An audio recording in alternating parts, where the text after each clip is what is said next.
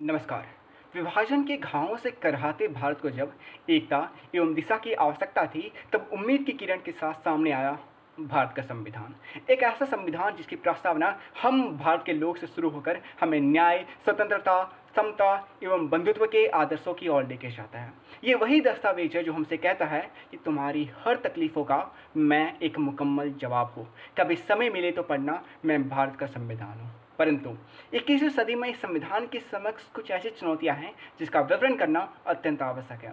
समाजवादी का संदेश देने वाला संविधान आज पूंजीपतियों के हाथों में जकड़ा हुआ है। सरकार का निजीकरण अभियान से देश में सामाजिक न्याय एवं आर्थिक समानता मानो एक सपना सा रह गया। देश की 1% आबादी के पास भारत की 40% से भी अधिक संपत्ति का होना क्या इस संविधान की आत्मा का अपमान नहीं? इस संविधान के समक्ष चुनौतियां तब उत्पन्न होती है जब राज्यपाल पॉकेट वीटो का प्रयोग करके विधायिका द्वारा पारित विधेयक पर कोई कार्रवाई नहीं करता। जब केंद्र सरकार अध्यादेश का बार बार इस्तेमाल करके विधायिका की शक्ति को कमजोर करता है। जब इलेक्टोरल बॉन्ड और डिजिटल पर्सनल प्रोटेक्शन एक्ट से लोगों का सूचना का अधिकार छीना जाता है। जब धर्मनिरपेक्ष राज्य में हिंदू राष्ट्र बनाने की बात की जाती है। जब मध्य प्रदेश के छतरपुर गांव में एक हिंदू गांव की नींव रखी जाती है। चुनौतियां तब उत्पन्न होती है जब जांच एजेंसी का प्रयोग केवल विपक्षियों के मुंह को शांत करने के लिए किया जाता है। जब यूएपीए एक्ट और प्रिवेंशन ऑफ मनी लॉन्ड्रिंग जैसे एक्ट से लोगों को सलाखों के पीछे डाला जाता है।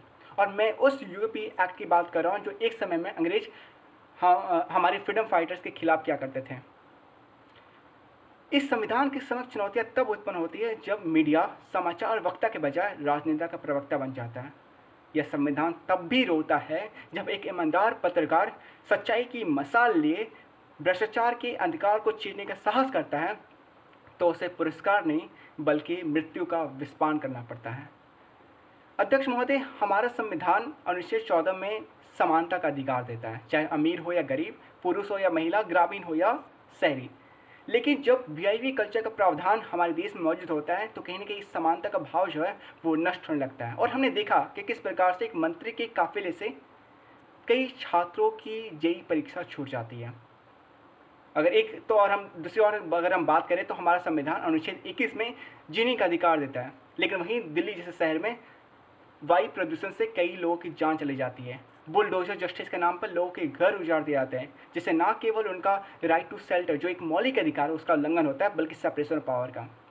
न्यायपालिका जहाँ पे लोग जस्टिस मांगने जाते हैं वो भी कहीं ना कहीं भ्रष्टाचार से अछूता नहीं है, क्योंकि अगर आज जस्टिस वर्मा की घर से 15 करोड़ रुपए कैश बरामद हो रहे हैं तो कहीं ना कहीं ये उसकी निष्पक्षता पर एक सवाल खड़ा कर रहा है।